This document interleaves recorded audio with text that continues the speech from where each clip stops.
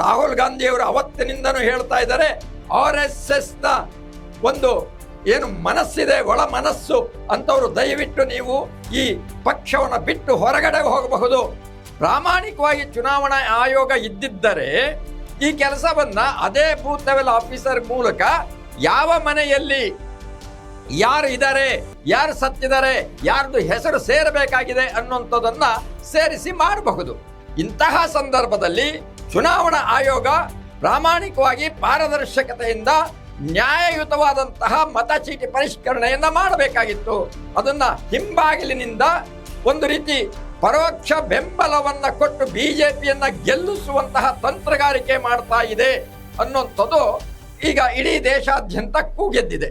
ಬಿಹಾರದಲ್ಲಿ ಅಥವಾ ಒರಿಸ್ಸಾದಲ್ಲಿ ಇವತ್ತು ಗೆಲ್ಲುವಂತಹ ಸಾಧ್ಯತೆಗಳಿದ್ದಂತಹ ಕಾಂಗ್ರೆಸ್ ಸ್ಥಾನಗಳನ್ನು ಕಳ್ಕೊಳ್ಳಿಕ್ಕೆ ಕಾರಣ ಆಗಿದ್ದು ಕೂಡ ಇದೇ SIR ಅನ್ನುವಂತಹ ಒಂದು ವಿಚಾರ ಎಲ್ಲರಿಗೆ ಮನವರಿಕೆ ಆಗಿರುವಂತಹ ಕಾಲಘಟ್ಟದಲ್ಲಿ ಕರ್ನಾಟಕದಲ್ಲಿ ಇರುವಂತಹ ರಾಜಕೀಯ ಪಕ್ಷಗಳು ಏನು ಮಾಡ್ತಾ ಇದ್ದಾವೆ? ಸ್ನೇಹಿತರೆ ನಮಸ್ಕಾರ, ನಾನು ಹನುಮೇಗೌಡ, ನೋಂದಾಯಿತ RSS ರಿಜಿಸ್ಟರ್ಡ್ RSSನ ಮುಖ್ಯಸ್ಥ. ಸ್ನೇಹಿತರೆ, ದೇಶದಲ್ಲಿ ವಿಶೇಷ ಮತಚೀಟಿ ಪರಿಷ್ಕರಣೆ ಒಂದು ಕಾರ್ಯಕ್ರಮ ನಡೀತಾ ಇದೆ. SIR ಅಂತ ಕರೀತಾರೆ, ಮತಚೀಟಿ ಪರಿಷ್ಕರಣೆ ಅಂತಲೂ ಹೇಳಬಹುದು. ಸ್ನೇಹಿತರೆ, ಈಗಾಗಲೇ ಇಡೀ ದೇಶದಲ್ಲಿ ಹಲವಾರು ರಾಜ್ಯಗಳಲ್ಲಿ ಮುಕ್ತಾಯ ಆಗಿದೆ.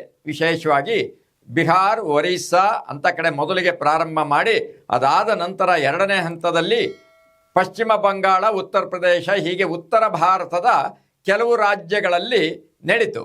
ಈಗ ದಕ್ಷಿಣ ಭಾರತಕ್ಕೂ ಕೂಡ ಇದು ಪ್ರಾರಂಭ ಆಗ್ತಾ ಇದೆ.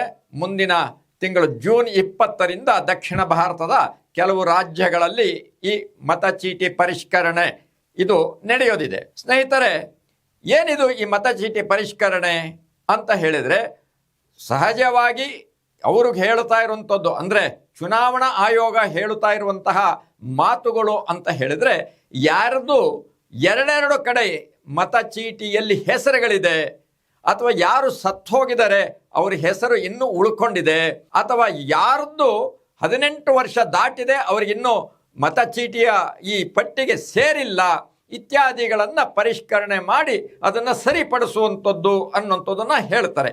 ಇದು ಸರಿ ಇದೆ.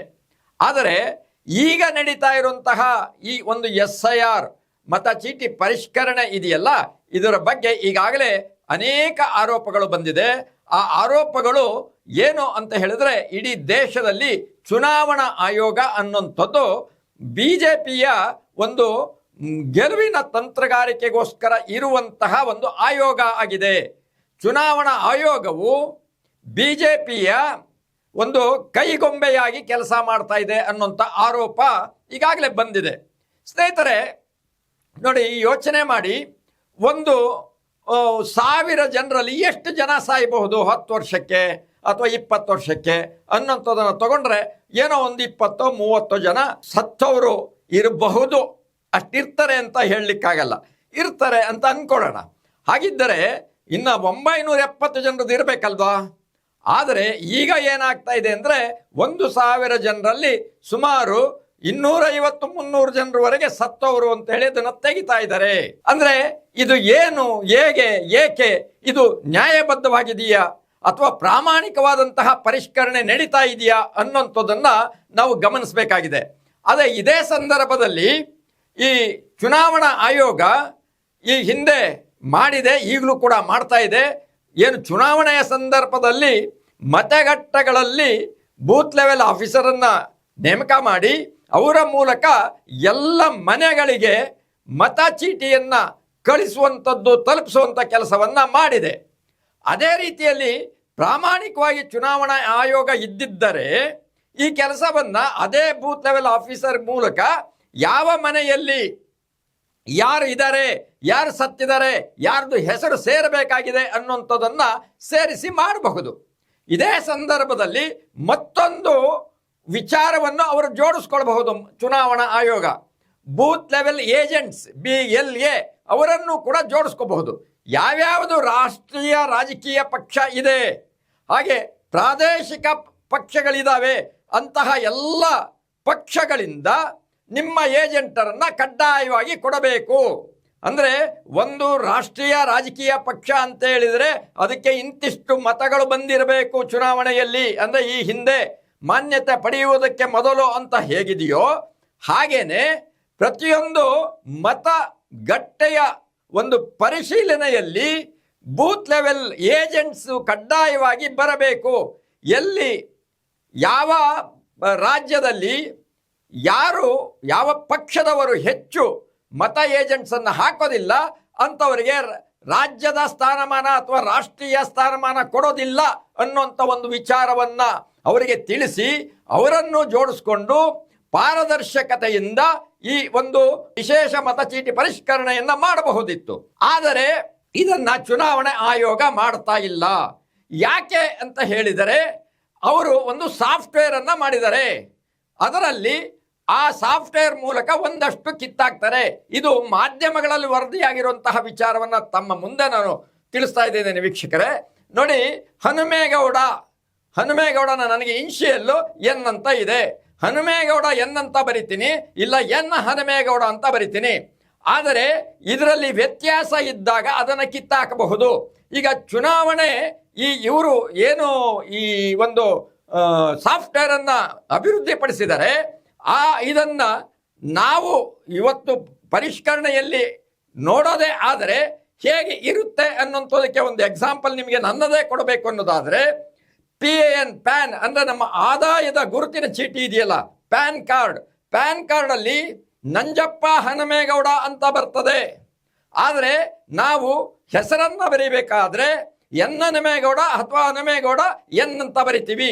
ಈ ರೀತಿ ಗೊಂದಲಗಳಿರುವಂತಹ ಒಂದು ದ್ವಂದ್ವದ ಇದೆ ಸರ್ಕಾರದಲ್ಲಿ ಇದೆ. ಈ ರೀತಿ ಇರುವಂತಹ ಸಂದರ್ಭದಲ್ಲಿ ಯಾವ ಆಧಾರದ ಮೇಲೆ ಈ ಸಾಫ್ಟ್ವೇರ್ ಕೆಲಸ ಮಾಡುತ್ತೆ ಅನ್ನೋಂಥದ್ದು ಅತಿ ಮುಖ್ಯ ಆಗತ್ತೆ. ಆದರೆ ಇದು ಯಾವುದನ್ನು ಕೂಡ ಪರಿಗಣನೆ ತಗೊಳ್ಳದೆ ಒಂದಷ್ಟು ಅಂದರೆ ಯಾವ್ಯಾವ ಬಿಜೆಪಿಯ ಸೋಲಿನ ಕ್ಷೇತ್ರಗಳಿದ್ದಾವೆ, ಬಿಜೆಪಿಗೆ ಹಿನ್ನಡೆ ಆಗುವಂಥ ಕ್ಷೇತ್ರಗಳಿದ್ದಾವೆ, ಅಂತಹ ಕ್ಷೇತ್ರಗಳಲ್ಲಿ ಈ ಸಾಫ್ಟ್ವೇರ್ ಮೂಲಕ ಒಂದಷ್ಟು ಏನು ಕಾಂಗ್ರೆಸ್ ಅಥವಾ ಪ್ರತಿಪಕ್ಷಗಳ ಮತದಾರರನ್ನ ಕಿತ್ತಾಕುವಂಥ ಕೆಲಸ ಮಾಡುವಂತಹ ಒಂದು ನೀಚ ಕೆಲಸವನ್ನ ಮಾಡ್ತಾ ಇದೆ ಅಂತ ಹೇಳಿ ಈಗಾಗಲೇ ಇಡೀ ದೇಶದ ಅನೇಕ ರಾಜಕೀಯ ಮುಖಂಡರು, ರಾಜಕೀಯ ವಿಶ್ಲೇಷಕರು ತಿಳಿಸ್ತಾ ಇದ್ದಾರೆ. ಹಾಗಿದ್ದಾಗ ಇಂತಹ ಸಂದರ್ಭದಲ್ಲಿ ಚುನಾವಣಾ ಆಯೋಗ ಪ್ರಾಮಾಣಿಕವಾಗಿ ಪಾರದರ್ಶಕತೆಯಿಂದ ನ್ಯಾಯಯುತವಾದಂತಹ ಮತಚೀಟಿ ಪರಿಷ್ಕರಣೆಯನ್ನು ಮಾಡಬೇಕಾಗಿತ್ತು. ಅದನ್ನು ಹಿಂಬಾಗಿಲಿನಿಂದ ಒಂದು ರೀತಿ ಪರೋಕ್ಷ ಬೆಂಬಲವನ್ನು ಕೊಟ್ಟು ಬಿಜೆಪಿಯನ್ನು ಗೆಲ್ಲಿಸುವಂತಹ ತಂತ್ರಗಾರಿಕೆ ಮಾಡ್ತಾ ಇದೆ ಅನ್ನುವಂಥದ್ದು ಈಗ ಇಡೀ ದೇಶಾದ್ಯಂತ ಕೂಗೆದ್ದಿದೆ. ಇದೇ ಹಿನ್ನೆಲೆಯಲ್ಲಿ ಕರ್ನಾಟಕದಲ್ಲಿ ಜೂನ್ 20ರಿಂದ ನಡೆಯುವಂತಹ ವಿಶೇಷ ಮತಚೀಟಿ ಪರಿಷ್ಕರಣೆ SIR ಅದನ್ನು ವಿರೋಧಿಸಿ ಅಂದರೆ 30 ಮೇ 2026ರಂದು ಒಂದು ಪ್ರತಿಭಟನೆ ನಡೀತಾ ಇದೆ. ಆದರೆ ಈ ಪ್ರತಿಭಟನೆಗೆ ಸಾಕಷ್ಟು ಅಂದರೆ ಯಾವ ಪ್ರಮಾಣದಲ್ಲಿ ಕಾವು ಸಿಗಬೇಕಾಗಿತ್ತೋ ಆ ಕಾವು ಏರ್ತಾ ಇಲ್ಲ.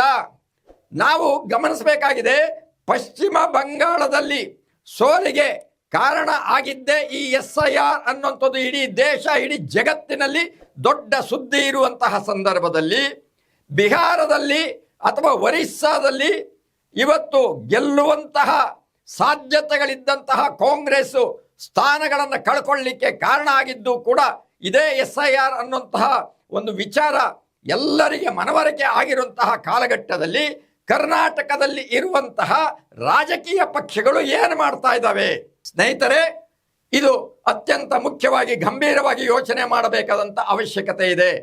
ನೋಡಿ, ಏನೊಂದು SIR ಬಿಹಾರ್ ಮತ್ತು ಉತ್ತರ ಪ್ರದೇಶ ಅಥವಾ ಏನು ಪಶ್ಚಿಮ ಬಂಗಾಳದಲ್ಲಿ ಏನು ನಡೀತು ಅದರ ಕಾರಣದಿಂದಾಗಿಯೇ ಇಂಡಿಯಾ ಮೈತ್ರಿಕೂಟ ಅವರು ಒಟ್ಟಾಗಿ ಹೋರಾಟ ಮಾಡಲಿಲ್ಲ, ಒಟ್ಟಾಗಿ ಒಂದು ಒಮ್ಮತದ ತೀರ್ಮಾನದ ಮೂಲಕ ಅವರು ಸೀಟುಗಳ ಹಂಚಿಕೆಯನ್ನು ಮಾಡಿಕೊಳ್ಳದೆ ಚುನಾವಣೆಯನ್ನು ಎದುರಿಸಲಿಕ್ಕೆ ಹೋದರು.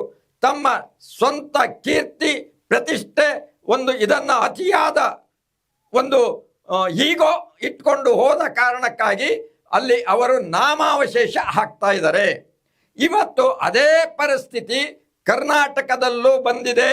ಇವತ್ತು ಕರ್ನಾಟಕದಲ್ಲಿ ಆಡಳಿತದಲ್ಲಿರುವಂತಹ ಕಾಂಗ್ರೆಸ್ ಪಕ್ಷ ಇವತ್ತು ನಮ್ಮ ಗೆಲುವು ಅದು ಗ್ಯಾರಂಟಿಯ ಗೆಲುವು, ಗ್ಯಾರಂಟಿಯಿಂದಾಗಿ ಇವತ್ತು ನಾವು ಅಧಿಕಾರದಲ್ಲಿ ಇದ್ದೀವಿ ಅನ್ನುವಂತಹ ಒಂದು ಭ್ರಮೆಯಲ್ಲಿ ಇದ್ದಾರೆ.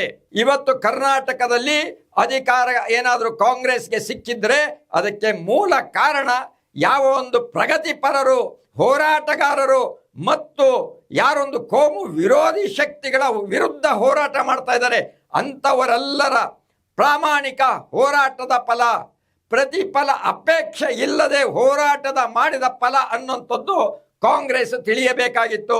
ದುರ್ದೈವ ಅದನ್ನು ತಿಳ್ಕೊಂಡಿಲ್ಲ. ಈಗ ಕಳೆದ 2-3 ದಿನಗಳ ಹಿಂದೆಯಿಂದ ಅವರು ಅಧಿಕಾರದ ಹಸ್ತಾಂತರ ಅಥವಾ ಮುಖ್ಯಮಂತ್ರಿ ಬದಲಾವಣೆ ಈ ಒಂದು ಬಿಗುವಿನ ಅಥವಾ ಒಂದು ರೀತಿಯ ಹಸ್ತಾಂತರ ಪಡೆಯುವ ಒಂದು ಖುಷಿ ಅಥವಾ ಬೇರೆ ಯಾವುದೋ ಒಂದು ಮೋಜು ಮಸ್ತಿನಲ್ಲಿ ಇರುವಂತೆ ಕಾಣ್ತಾ ಇದೆ.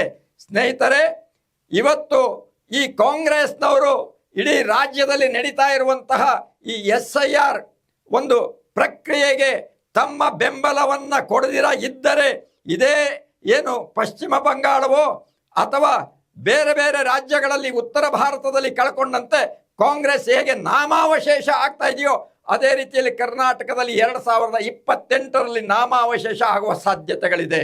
ಎಲ್ಲ ಪಕ್ಷಗಳಿಗಿಂತ ಕಾಂಗ್ರೆಸ್ ಪಕ್ಷ ಹೆಚ್ಚು ಉದಾರವಾಗಿ ಈ ಒಂದು ಪ್ರಕ್ರಿಯೆಯಲ್ಲಿ ಭಾಗವಹಿಸಬೇಕಾಗಿದೆ. ಯಾಕೆಂದ್ರೆ ಇಡೀ ದೇಶದಲ್ಲಿ ಅತ್ಯಂತ ದೊಡ್ಡ ರಾಜಕೀಯ ಪಕ್ಷ ಇರುವಂಥದ್ದು ಕಾಂಗ್ರೆಸ್ಸು. ಆದರೆ ಇವತ್ತು ಕಳೆದು ಹೋಗ್ತಾ ಇದೆ, ಕರಗಿ ಹೋಗ್ತಾ ಇದೆ. ಇಂತಹ ಒಂದು ಕಾಲಘಟ್ಟದಲ್ಲಿ SIR ಅಕಸ್ಮಾತ್ ಕರ್ನಾಟಕದಲ್ಲಿ ದೊಡ್ಡ ಮಟ್ಟದಲ್ಲಿ ಏನಾದರೂ ಕೆಲಸ ಮಾಡಿದರೆ ಇಲ್ಲಿ ಕರ್ನಾಟಕದಲ್ಲಿ ಕಾಂಗ್ರೆಸ್ ಇರೋದಿಲ್ಲ. ಅದೇ ಕಾರಣಕ್ಕೆ ಇವತ್ತು ಈಗಾಗಲೇ ಆಲ್ಟರ್ನೇಟ್ ಅಂತ ಹೇಳಿ ಕೆಲವು ಏನೊಂದು ರಾಜಕೀಯ ನಾಯಕರುಗಳು ಒಟ್ಟಾಗಿ ಯೋಚನೆ ಮಾಡ್ತಾ ಇದ್ದಾರೆ. ಅದೇ ರೀತಿಯಲ್ಲಿ SIR ಇದನ್ನ ಏನಾದರೂ ಮಾಡಿ ಇದನ್ನ ವಿಫಲಗೊಳಿಸಬೇಕು, ಇವರ ಒಂದು ಅನೀತಿಯನ್ನ ಅಕ್ರಮಗಳನ್ನ ತಡಿಬೇಕು.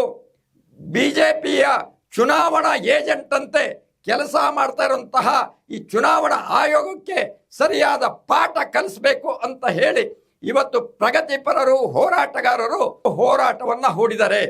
ಈ ಹೋರಾಟಕ್ಕೆ ಪಕ್ಷ ಭೇದ ಮರೆತು, ಜಾತಿ ಧರ್ಮಗಳನ್ನು ಮರೆತು ನಾವೆಲ್ಲರೂ ಒಟ್ಟಾಗಬೇಕಾಗಿದೆ, ಒಟ್ಟಾಗಿ ಹೋರಾಟ ಮಾಡಬೇಕಾಗಿದೆ. ಈಗಾಗಲೇ ಈ SIR ವಿಚಾರ ಸುಪ್ರೀಂ ಕೋರ್ಟ್ ಕದೆ ತಟ್ಟಿ ಅಲ್ಲಿ 27ನೇ ತಾರೀಕು ಒಂದು ಆದೇಶವು ಹೊರಬಿದ್ದಿದೆ. ಆ ಆದೇಶವನ್ನು ಗಮನಿಸಿದಾಗ ಸುಪ್ರೀಂ ಕೋರ್ಟ್ನಲ್ಲೂ ಕೂಡ ಈ ನ್ಯಾಯಕ್ಕೆ ಅನ್ಯಾಯ ಆಗಿದೆ, ಅದೊಂದು ಕಪ್ಪು ಚುಕ್ಕೆ ಆಗಿದೆ ಅನ್ನುವಂಥದ್ದನ್ನು ನ್ಯಾಯವಾದಿಗಳು ಈಗಾಗಲೇ ದೇಶಕ್ಕೆ ತಮ್ಮ ಅಭಿಪ್ರಾಯಗಳನ್ನು ತಿಳಿಸಿದ್ದಾರೆ. ಈ ಒಂದು ಚುನಾವಣಾ ಆಯೋಗದ ವಿಶೇಷ ಮತಪಟ್ಟಿ ಪರಿಷ್ಕರಣೆ ಈ ಒಂದು ಕ್ರಿಯೆ ಏನು ನಡೀತಾ ಇದೆ, ಇದು ಬೀದಿ ಚಳವಳಿ ಮೂಲಕವೇ ನಮ್ಮ ಮತದಾನದ ಹಕ್ಕನ್ನ, ನಮ್ಮ ನಾಗರಿಕತೆಯ ಹಕ್ಕನ್ನ ನಾವು ಉಳಿಸಿಕೊಳ್ಳಬೇಕಾದಂತಹ ಅವಶ್ಯಕತೆ ಇದೆ. ಆ ಕಾರಣಕ್ಕಾಗಿ ನಾವೆಲ್ಲರೂ ಕೂಡ ಒಟ್ಟಾಗಿ ಮುಂದೆ ಹೋಗಬೇಕಾಗಿದೆ. ಈಗ ನನಗೆ ತಿಳಿದಿರುವ ಮಟ್ಟಿಗೆ ಇಡೀ ರಾಜ್ಯದ ಎಲ್ಲ ಜಿಲ್ಲೆಗಳಲ್ಲಿ ಕಾಂಗ್ರೆಸ್ಸಿನ ಸಹಕಾರ ಪೂರ್ಣ ಪ್ರಮಾಣದಲ್ಲಿ ಸಿಕ್ಕಿಲ್ಲ. ಕೆಲವರು ವೈಯಕ್ತಿಕವಾಗಿ ಬೆಂಬಲವನ್ನು ಸೂಚಿಸಿದ್ದರೆ, ಇನ್ನು ಕೆಲವರು ಮೇಲಧಿಕಾರಿಗಳು ಅಂದರೆ KPCCಯನ್ನ ಬೆರಳು ತೋರಿಸ್ತಾ ಇದ್ದಾರೆ. ಮತ್ತೆ ಕೆಲವರು ಇನ್ಯಾವುದೋ ಆಸೆ ನಿರೀಕ್ಷೆಗಳನ್ನು ಇಟ್ಕೊಂಡು BJPಯತ್ತ ಮುಖ ಮಾಡುವ ದಿಕ್ಕಿನಲ್ಲೂ ಇರಬಹುದು. ಇದನ್ನೇ ರಾಹುಲ್ ಗಾಂಧಿಯವರು ಅವತ್ತಿನಿಂದನೂ ಹೇಳ್ತಾ ಇದ್ದಾರೆ. RSSನ ಒಂದು ಏನು ಮನಸ್ಸಿದೆ, ಒಳ ಮನಸ್ಸು ಅಂತವರು ದಯವಿಟ್ಟು ನೀವು ಈ ಪಕ್ಷವನ್ನು ಬಿಟ್ಟು ಹೊರಗಡೆ ಹೋಗಬಹುದು. ದೇಹ ಮಾತ್ರ ಕಾಂಗ್ರೆಸ್, ಮನಸ್ಸು ಮಾತ್ರ BJP. ಇಂಥವರು ಇದರಿಂದ ನಮ್ಮ ಪಕ್ಷದಿಂದ ಹೊರ ಹೋಗಿ ಎನ್ನುವಂಥದ್ದನ್ನು ಹೇಳಿದರೆ, ಅದೇ ರೀತಿಯಲ್ಲಿ ಇವತ್ತು ಪರೋಕ್ಷವಾಗಿ SIRಗೆ ಬೆಂಬಲ ಕೊಟ್ಕೊಂಡು ಮುಂದೆ BJP ಸೇರುವಂತಹ ಕಾಂಗ್ರೆಸ್ಗರಿರಬಹುದು ಅಥವಾ ಬೇರೆ ಯಾವ್ಯಾವುದೋ ಮುಖವಾಡವನ್ನು ಹೊತ್ತಂತಹ ಬೇರೆ ಬೇರೆ ಸಣ್ಣ ಪುಟ್ಟ ರಾಜಕೀಯ ಪಕ್ಷಗಳಿರಬಹುದು. ಇವರೆಲ್ಲರೂ ಕೂಡ ಸಮಾನವಾಗಿ ಇವತ್ತು ಯೋಚನೆ ಮಾಡಬೇಕಾಗಿದೆ. ಈ SIR ಅನ್ನ ಧಿಕ್ಕರಿಸುವುದಕ್ಕೋಸ್ಕರ, ಅದರ ವಿರುದ್ಧ ಹೋರಾಟ ಮಾಡೋದಕ್ಕೋಸ್ಕರ, ಅದರ ವಿರುದ್ಧ ಚಳುವಳಿ ಮಾಡೋದಕ್ಕೋಸ್ಕರ ನಾವು ಬೀದಿ ಹೋರಾಟವನ್ನ ಮತ್ತಷ್ಟು ಗಟ್ಟಿ ಮಾಡಬೇಕಾಗಿದೆ. ಆ ಹೋರಾಟವನ್ನ ಯಶಸ್ವಿಗೊಳಿಸೋದಕ್ಕೋಸ್ಕರ ಕಾಂಗ್ರೆಸ್ ವಿಶೇಷವಾಗಿ ದೊಡ್ಡ ಮನಸ್ಸು ಮಾಡಿ ತಮ್ಮ ಕೀರ್ತಿ ಪ್ರತಿಷ್ಠೆಗಳನ್ನು ಮರೆತು ಒಟ್ಟಿಗೆ ಹೋರಾಟ ಮಾಡಲಿ, ಎಲ್ಲರೂ ಕೈ ಜೋಡಿಸೋಣ ಅಂತ ಹೇಳ್ತಾ ನಾವೆಲ್ಲರೂ ಹೋರಾಟವನ್ನು ಯಶಸ್ವಿ ಮಾಡೋಣ ಅಂತೇಳಿ ತಮ್ಮಲ್ಲಿ ಪ್ರಾರ್ಥಿಸ್ತಾ ನನ್ನ ಮಾತನ್ನು ಮುಗಿಸ್ತೇನೆ. ನಮಸ್ಕಾರ.